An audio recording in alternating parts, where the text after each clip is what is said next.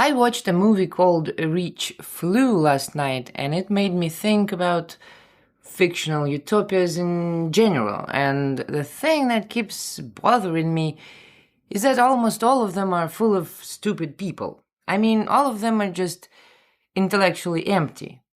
Humanity supposedly reaches its highest form, and the highest form turns out to be a creature that sits on the grass, eats some leaves, smiles, and has no thoughts at all.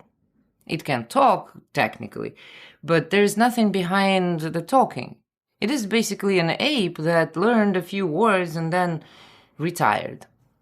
You can find versions of this in The Green Beautiful, in Pluribus, and in 100 other stories, and the surface details differ, but the perfected human is always the same.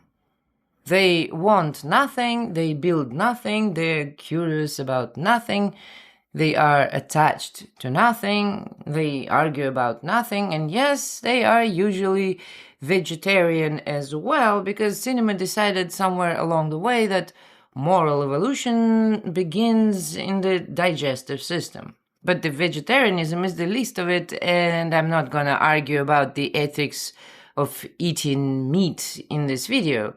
What gets me is that it is always presented as a sign of moral evolution, and if that logic held, you could just as well go out into the savannah and preach to the lions, sit the whole pride down and explain that the antelope is a morally outdated choice and offer them some lentils instead.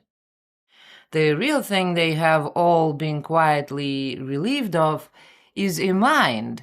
Pluribus at least does it honestly, because there the people have access to all of human knowledge and the skills of everyone on earth, and still nobody makes anything, nobody makes art, nobody fools around. They just move through the world in a purposeful hush, and the show treats this as the quiet horror it is, while the others paint the exact same emptiness and call it peace. Because look at what is missing. Nobody in these places is building anything. Nobody is designing a better tool, nobody is trying to figure out a stronger material or a smarter way to store water through the dry season. Nobody is taking apart a machine to see how it works. Nobody is making a musical instrument with some absurd number of strings just to hear what it does. Nobody is improving a recipe, nobody is sketching a house. Nobody is obsessed with a problem that has been bothering them for years. The entire faculty of invention has been switched off, and so is the thing underneath it, which is curiosity. And this is the part that really pisses me off, because curiosity is not the same fragile human luxury that only appears once you're rich enough to afford it. Animals have curiosity. The drive to poke at the world and find out how it works is sitting in them with a fraction of our brain, and these stories have managed to imagine a supposedly higher human being who has less of it than a bird. They did not evolve past curiosity. They had it removed, and the story does not even register it as a loss. It registers it as serenity.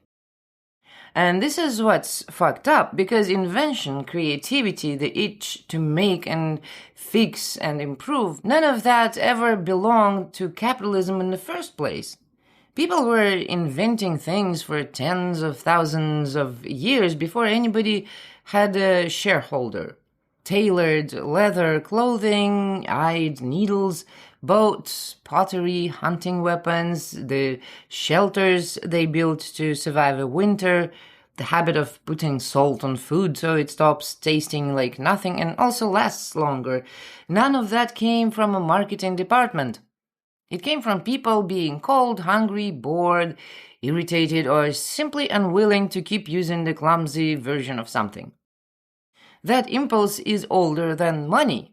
It is one of the few things that makes us interesting, and these utopias amputate it along with the markets, as if the urge to build were just another side effect of greed that a healthy society would naturally outgrow. So when somebody tears down capitalism in a story and the result is a field full of placid people who have lost all desire to create, what they are actually telling me is that they believe curiosity was the property of the system. That the only reason anyone ever made anything was to sell it. That without the threat of poverty and the promise of profit, the human animal would simply stop, sit down, and graze.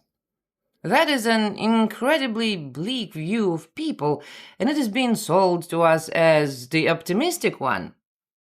It gets worse when you notice how the loss of mind is dressed up as wisdom. The enlightened person has stopped wanting things, and the stopping is presented as the achievement. They have transcended the chair. They no longer feel the vulgar need to improve their surroundings. They have made peace with the ugly version of everything, and this peace is supposed to read as depth. But there's no depth there. A person who has stopped noticing that something could be better has not ascended to a higher plane. They have just had their attention removed. What is being praised as spiritual maturity is closer to a lobotomy with good lighting.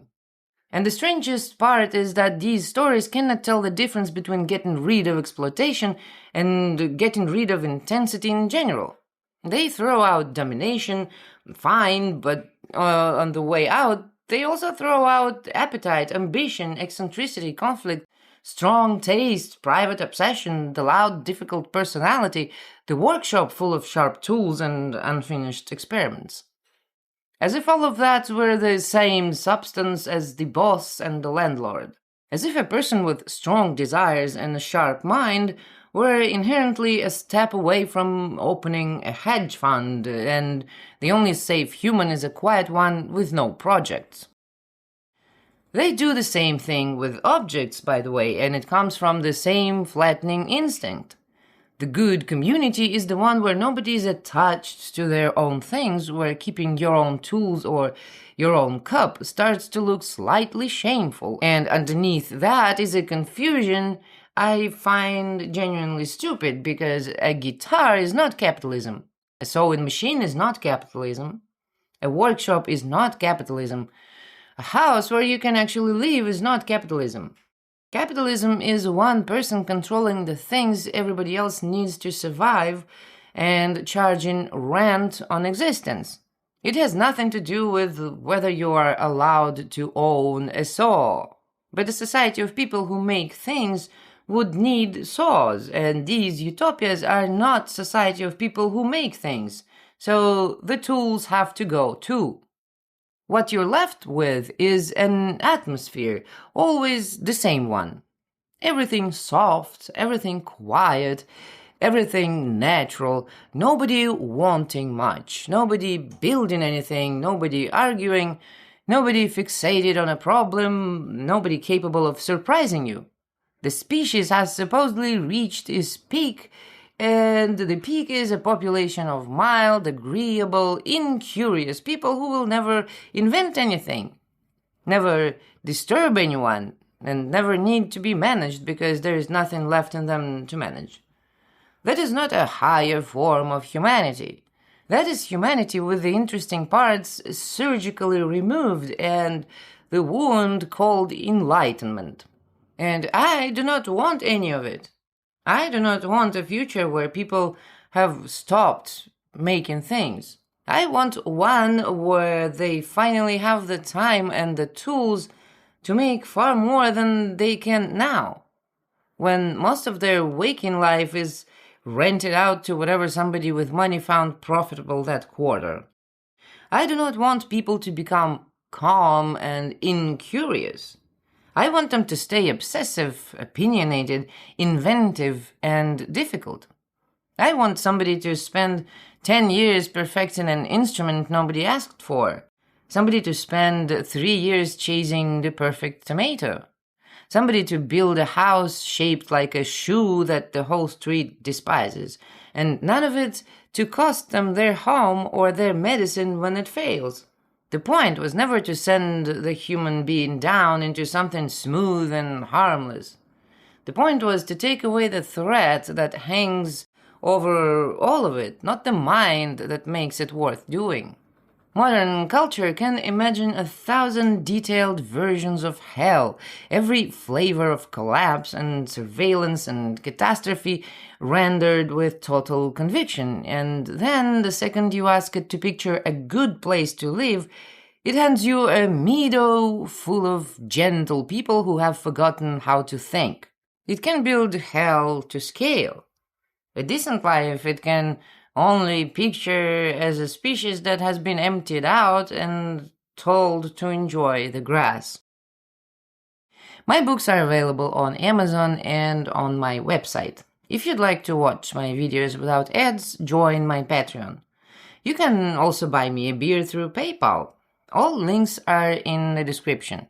I've also added YouTube memberships with several bribe levels. Big thanks to everyone who supports my work.